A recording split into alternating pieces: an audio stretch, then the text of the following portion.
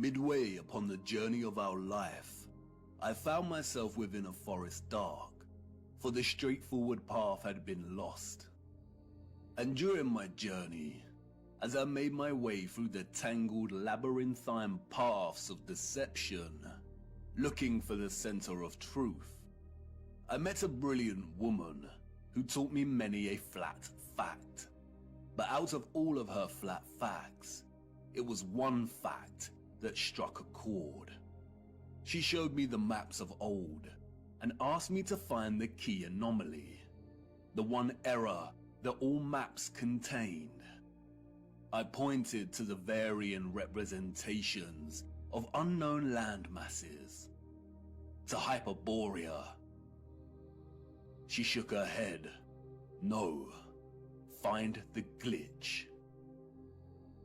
We live on a flat plane. Our world is an electromagnetic terrarium, surrounded by an ethereal sea of water.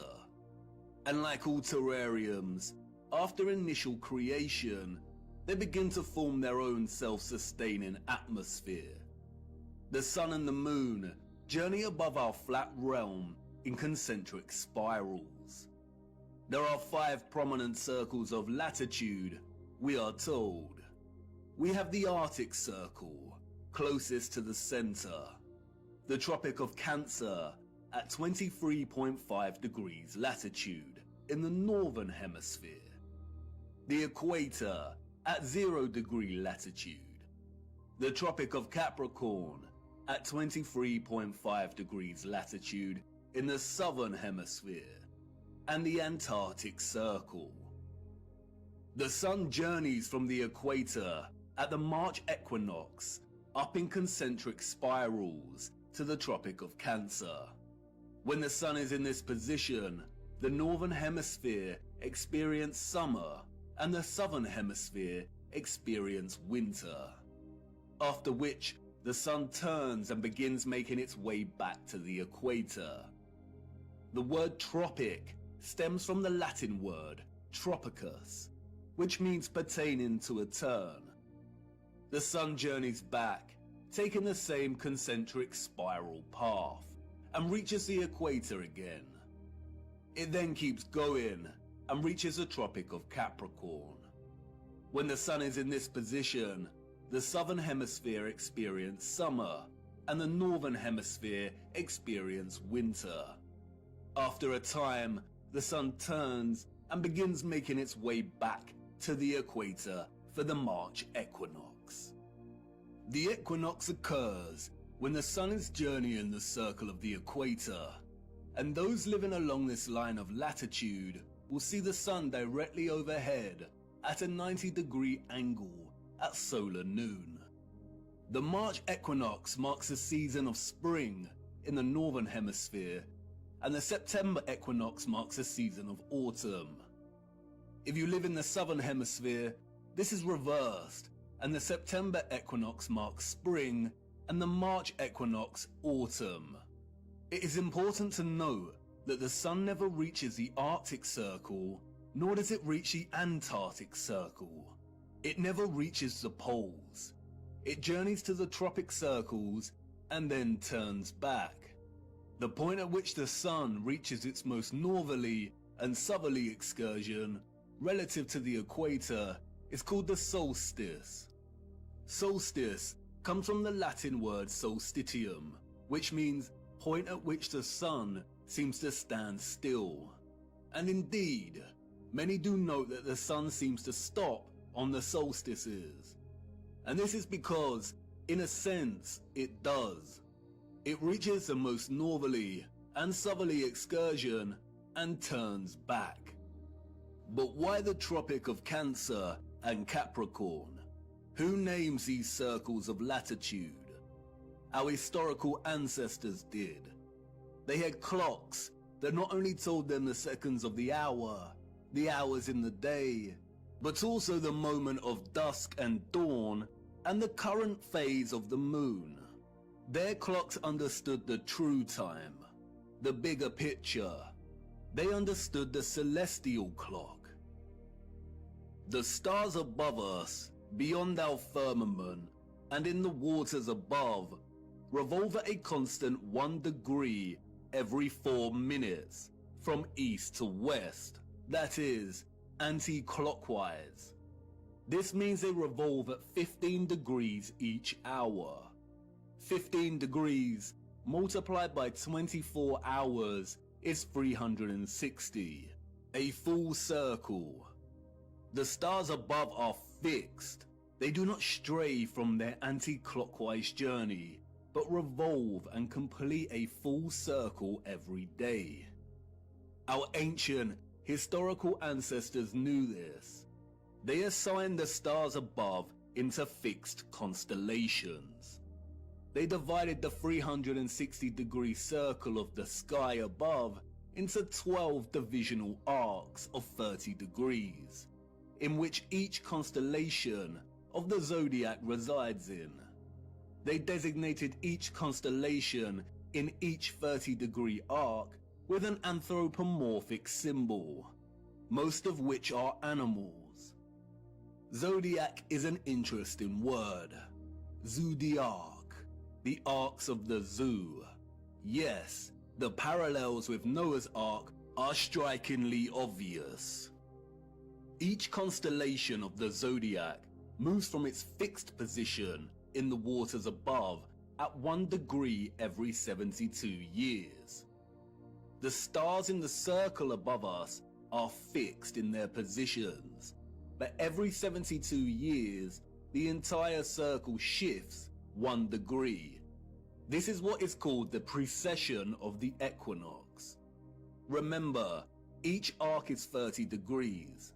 If we multiply 72 with 30, we get 2,160 years. It takes 2,160 years for the circle above to shift 1 whole arc. Astronomers call this an age, and this is what is meant by entering or the dawn of a new age. As Wikipedia tells us, the Tropic of Cancer and Capricorn were named such because many years ago, in the days before Christ, the days before BC, the sun was in the constellation of Cancer at the June solstice, and the sun was in the constellation of Capricorn at the December solstice. What does it mean for the sun to be in a given constellation during the solstice? It means a position of the sun in the sky at solar noon. Of course, during solar noon, we would not actually be able to see the stars in the firmament beyond. Therefore, to discern the sun's position relative to the constellations requires either 1, a thorough understanding of the stars and their positions above. Our ancient ancestors, we are told, created star charts and used devices such as astrolabes.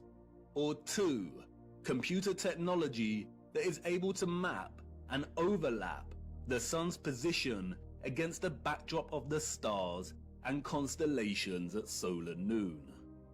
The sun's presence in the constellation of a given zodiac sign means exactly as it sounds. At solar noon, on the day of the solstice, the sun should be in front of a given constellation. Look closer at the zodiac wheel featured on the dial of these clocks. Here we see that both the constellations of Cancer and Capricorn are polar opposites to one another. These are the names of the 2 lines of latitude on the maps, and that we use to discern the sun's most northerly and southerly excursion above our flat plane. All historical cartographic world maps display both these circles of latitude as Cancer and Capricorn. We see it here on Mercator's maps, on the Ortelius, on the Rouge, on the Urbano Monte. Cartographic maps combine so-called science with aesthetics to communicate spatial information effectively. They strive to be accurate. And we still use this designation of Cancer and Capricorn for these circles of latitude on our cartographic maps today. Google Earth also uses these designations. But why? As Wikipedia states, when this line of latitude was named in the last centuries BC, the sun was in the constellation Cancer at the June solstice, the time each year that the sun reaches its zenith at this latitude. Similarly, when the Tropic of Capricorn was named, the sun was in the constellation of Capricorn at the December solstice. And the wheel of the zodiac makes this very easy to understand. For instance, if the sun is in any given constellation at solar noon on the June solstice, then its counterpart on the December solstice will always be in the constellation opposite to the June sign. And this is represented with a straight vertical line. If, for instance, the sun was in the constellation of Aries at the June solstice, then it will appear in the constellation of Libra in the December solstice. If the sun was in the constellation of Pisces at the June solstice, then it will be in the constellation of Virgo during the December solstice. These signs are, in a sense, bound in their opposition to one another. And this is where it becomes interesting.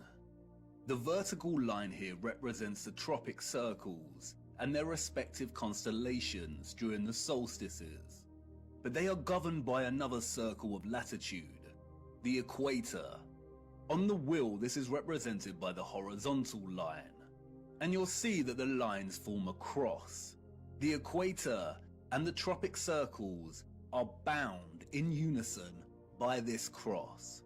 Remember, the zodiac is the clock face of the circle of stars above us. When one turns anti-clockwise, the rest follow. And just like the signs of the solstices, the left hand of the horizontal line here represents the constellation the sun is in during the March equinox, and the right hand side representative of the sign during the September equinox. And it is the left hand side of the cross, the March equinox, or what is referred to as the vernal equinox, and its zodiac sign, which acts as a reference point for the entire celestial coordinate system. It's called the first point of Aries. The naming of this reference point after the sign Aries is arbitrary, or so they say. We also use it as a reference point for naming the age we are in.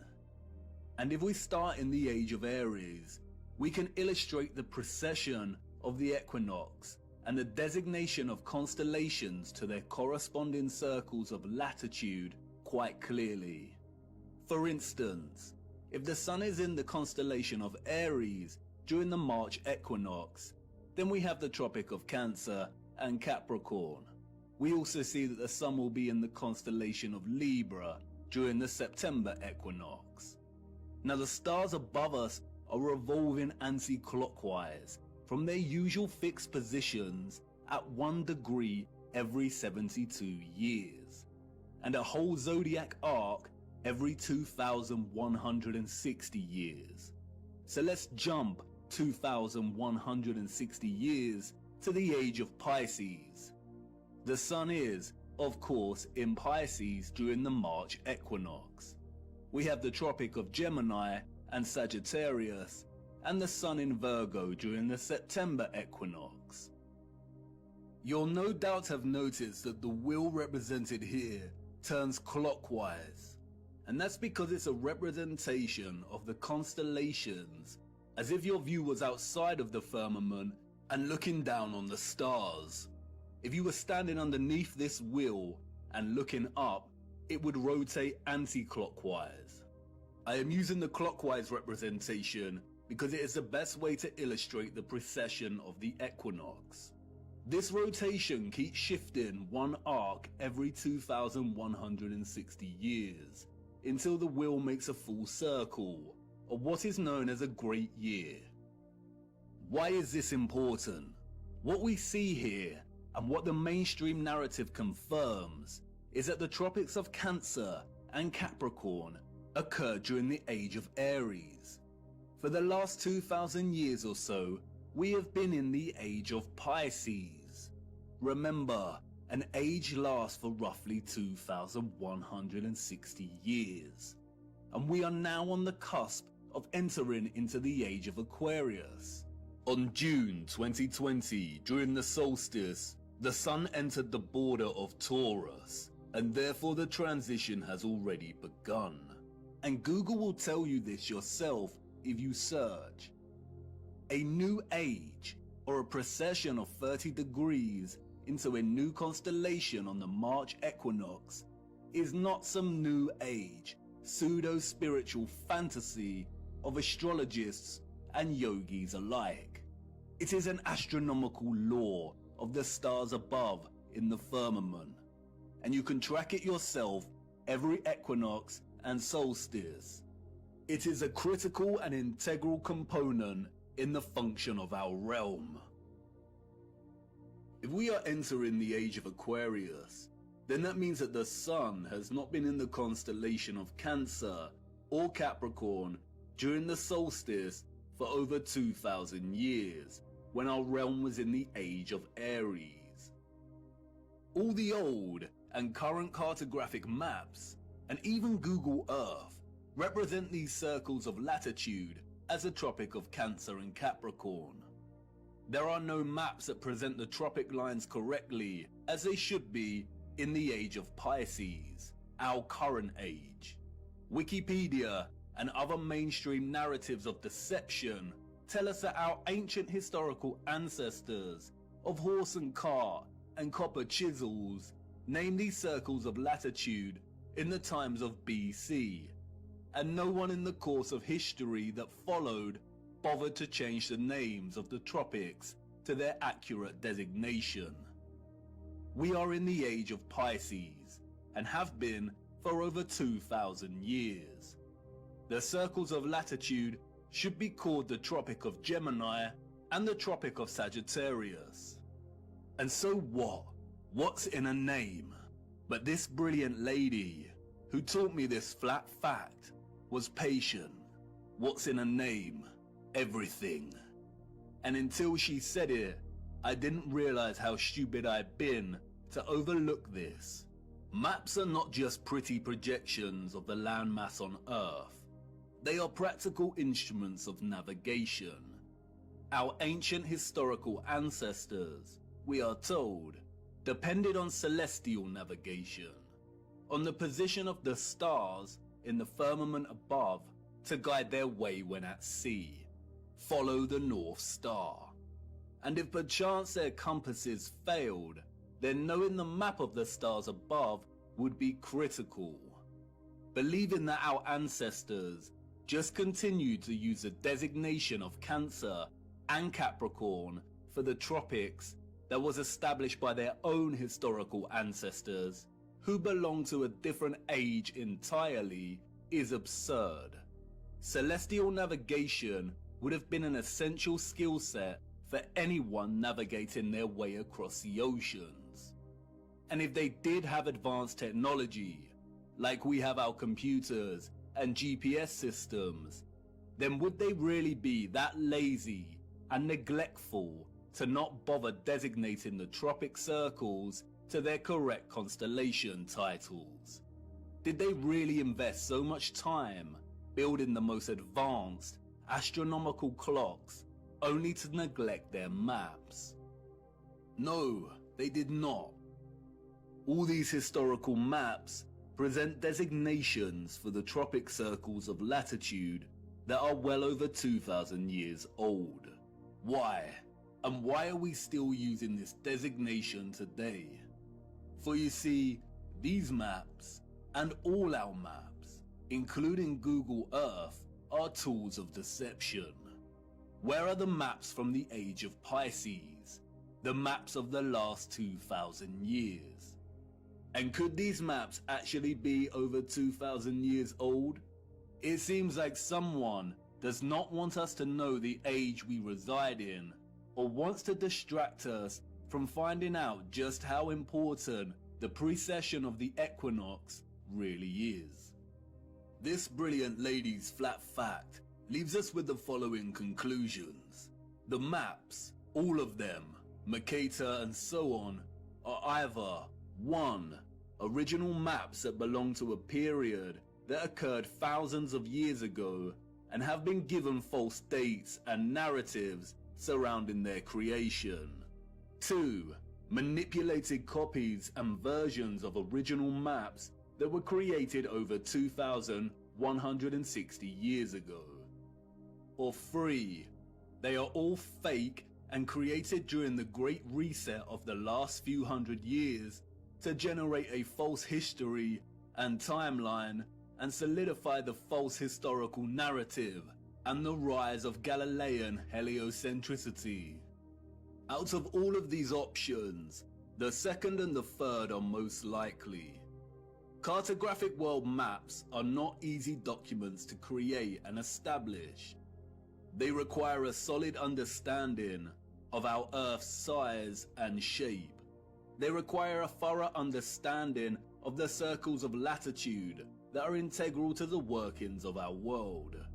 They require a complex understanding of the continents and land masses. These maps are likely manipulated duplications of maps thousands of years old, or completely fake. And we do see signs of manipulation, especially in regard to the landmass known as Hyperborea. We see Hyperborea in various maps of varying styles, and we are told that these are from the 16th century.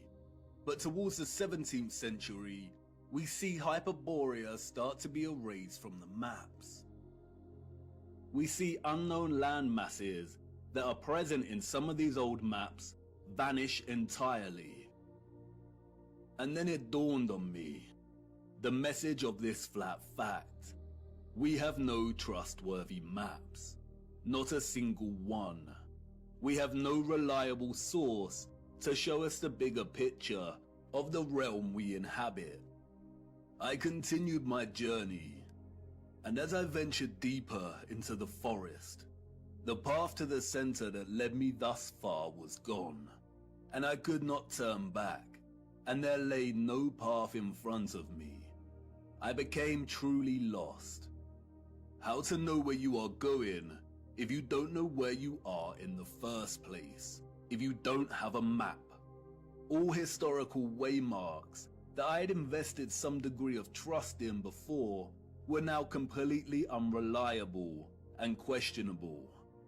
How much had been edited by the controllers? How much truth was left? What if all the maps were fake? Why are they hiding the maps of the last 2,000 years? We do not have one single accurate or honest world map. And like in all moments of being lost, right before despair takes hold, an unforeseen circumstance arose that set me back on course. I stumbled through thick overgrowth and out into a moonlit clearing with a small lake. At this clearing I met a mysterious figure named Sturgios. I told him I was lost, and he told me to come and look into the lake. He told me to watch the water. What did I see, he asked. Myself, I replied, my reflection rippling and glistening in the moonlight. Mirror, mirror, look beyond yourself, he said. What do you see? And there it was, just as it had always been. Mirror, mirror, way up high. Mirror, mirror in the sky. Mirror, mirror, oh how they lie.